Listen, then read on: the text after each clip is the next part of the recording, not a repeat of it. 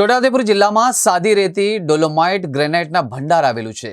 Collector Gargi જૈનના માર્ગદર્શન હેઠળ જિલ્લાના ભૂસ્તરશાસ્ત્રી તનવીર સૈયદના નેતૃત્વમાં ક્ષેત્રીય તપાસ ટીમ દ્વારા છોટાઉદેપુર જિલ્લાના તાલુકામાં બિનઅધિકૃત રીતે ખનિજના ખનન, વહન અને સંગ્રહ કરવામાં સંડોવાયેલા વાહનો પકડી સીઝ કરવાની કામગીરી શરૂ કરવામાં આવી હતી. ક્ષેત્રીય તપાસ ટીમ દ્વારા ફેબ્રુઆરી-માર્ચ મહિના દરમિયાન સાદી રેતી, ડોલોમાઇટ, બ્લેક ટ્રેપ અને ગ્રેનાઇટ જેવા ખનિજના બિનઅધિકૃત ખનન, વહન અને સંગ્રહ કરવા બદલ છોટાઉદેપુર જિલ્લાના બોડેલી તાલુકામાંથી કુલ 41 વાહનો, જેતપુર પાવિત તાલુકામાંથી 32 વાહનો, છોટાઉદેપુર તાલુકામાંથી 17, સંખેડા તાલુકામાંથી 6, નસવાડી તાલુકામાંથી 7 વાહનો, જેમાં 6 એક્સકેવેટર મશીન, 1 લોડર મશીન, 56 ટ્રકો, 40 ટ્રેક્ટરો મળીને કુલ 103 વાહનો સીઝ કરવામાં આવ્યા હતા.